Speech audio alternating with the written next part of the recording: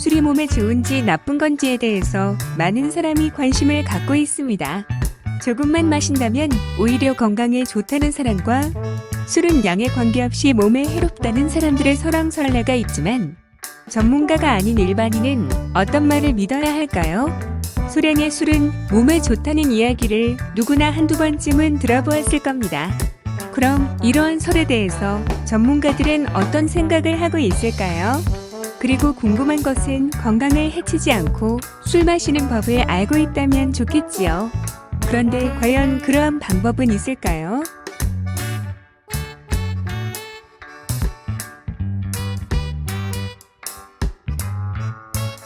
지금까지 소량 음주는 건강에 좋다고 결론 짓는 연구는 과거에 여러 번 나왔던 내용입니다.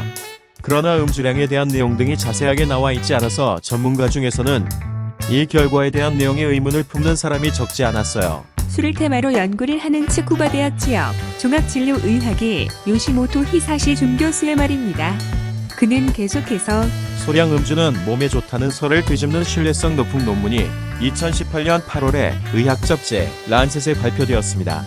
의료는 오늘의 상식이 내일의 비상식이 되는 가장 좋은 분야입니다.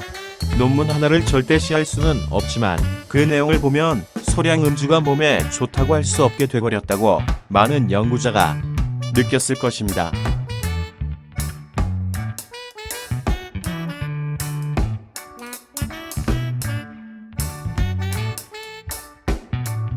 지금까지 소량 음주가 건강에 좋다고 해온 이유는 알코올이 동맥경화의 진행을 막고 뇌경색, 심근경색 등 순환기 질환의 발병 위험을 낮춘다는 연구 결과가 있었기 때문입니다.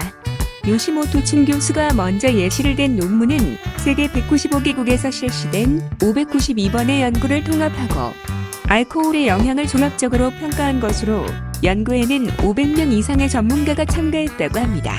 이 대규모 연구에 따르면 심근경색에 관해서 살펴보면 역시 소량의 음주를 하고 있는 사람일수록 발생 위험이 낮은 것으로 확인되어 하루의 음주량이 남성 0.83잔, 여성 0.92잔에서 각각 리스크가 최소화되었습니다. 그렇지만 전체적으로 보면 음주의 좋은 영향은 제한적이었습니다. 문제는 음주에 의해서 다른 병의 발병할 우려가 높아진다는 것.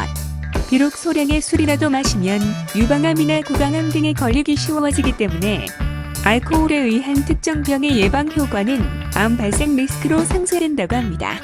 이 논문에서 보면 최종적으로 건강에 악영향을 주는 최소한의 음주량은 제로, 즉 전혀 마시지 않는 것이 건강에 가장 좋다고 합니다.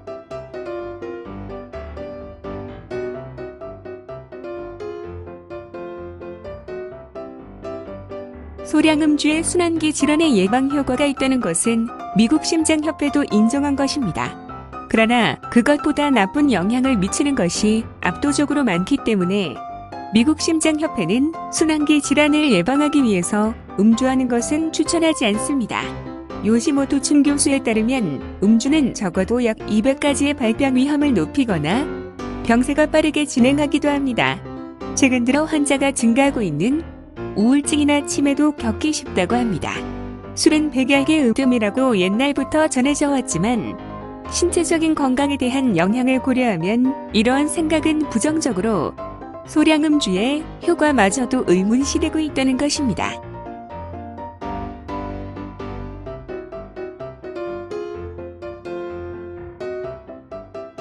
술을 좋아하는 사람은 건강을 위해선 한 모금의 술도 마시지 말라는 것은 인간의 낭만도 정취도 느끼지 못하게 하는 것이라며 거부감이 들 수도 있습니다. 술을 마시거나 마시지 않는 것은 개인의 자유입니다. 술에 취한 감정을 맛보는 것을 좋아하거나 술을 한잔하면 심신이 릴렉스해지거나 다른 사람과 커뮤니케이션이 원활하게 되는 것을 메리트로 생각하는 사람도 많습니다. 여기서 중요한 것은 건강을 해치지 않을 정도의 적당량의 음주량을 알고 스스로 음주량을 컨트롤하는 것이 아닐까요? 참고로 해볼 수 있는 것이 우리나라와 체질이 비슷한 일본의 후생 노동성이 정리한 알코올 관련 정보입니다. 일본의 후생 노동성은 국내외 연구 결과를 토대로 음주의 가이드라인을 정하고 있는데 적당한 음주를 하루 평균 순 알코올량을 20g으로 정하고 있습니다. 20g은 대체로 캔 맥주 500ml 1개 정도의 양입니다. 그럼 왜 적당량의 알코올량을 20g으로 정했을까요? 일본 후생노동성에 따르면 40에서 79세의 남녀 약 11만 명을 대상으로 9에서 11년간 조사한 연구에서 하루 평균 순 알코올량이 23g 미만에서 가장 사망 위험이 낮았다는 결과가 나왔기 때문입니다.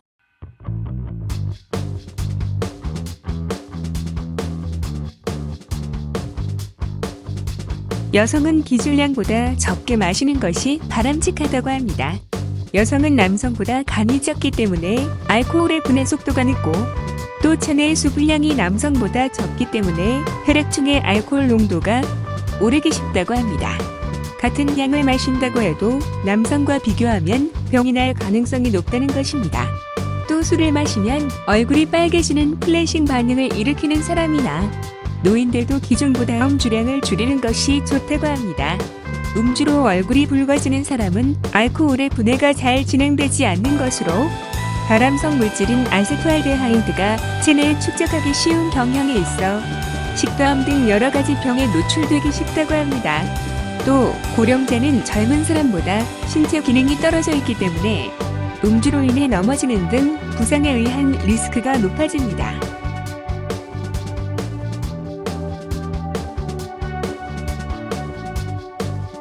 주량을 조정할 때는 하루 적정량을 일주일분으로 환산해 봅니다. 맥주를 마시는 사람이라면 우선 머릿속에서 캔 맥주 500ml 7개를 요일에 맞게 나눠봅니다. 요시모토 춘 교수도 전문 외래 등에서 음주 어드바이스를 할 때는 주 단위로 해서 조절을 하도록 권하고 있다고 합니다. 다만 마시지 않는 날을 늘리는 것으로 음주를 할 때 한꺼번에 포금을 해도 된다는 것이 아니라는 것을 유의해야 합니다. 짧은 시간 안에 음주량이 늘어나면 급성 알코올 중독이나 부상이나 사고를 낼 가능성이 커지기 때문에 세계보건기구는 하루 순수 알코올량이 60g, 즉 캔맥주 500ml 3개 양을 넘지 않도록 권장하고 있습니다.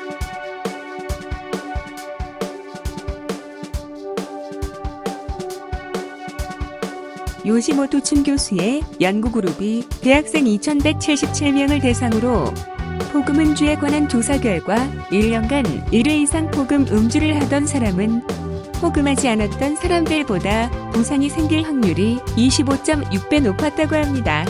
이 조사에서 포금 음주의 정의는 세계적인 기준으로 2시간 안에 순수 알코올 양이 남자 50g 이상, 여성 40g 이상입니다. 500ml 맥주를 마시는 남자라면 양이 많은 날이라도 2시간 안에 2개 이하로 마시는 것이 좋습니다. 건강을 유지하고 오래 사는 것이 모든 사람에게 행복한 것은 아닙니다만 건강에 관심이 있는 사람이라면 평소에 음주량을 파악해 추천드는 적정량과 비교해서 조정해보는 것이 어떨까요? 음주에 대해 고민을 안고 있는 사람은 하루빨리 의사에게 상담하는 것도 좋은 방법입니다. 알코올 의존증도 많은 병들과 마찬가지로 조기 발견과 조기 치료가 중요합니다. 사실 일반인은 술의 문제에 대해 초기에 적극적으로 대응하고 있는 경우가 드물어 의사가 진찰하고 치료하는 타이밍이 늦어지는 경우가 많다고 합니다. 일본의 후생노동성 조사에 따르면 알코올 의존증이 있는 사람은 일본 국내에만 약 100만 명 있다고 추정되는데 실제 의료기관을 찾아서 상담하거나 진찰하는 사람은 5만 명에 불과하다고 합니다.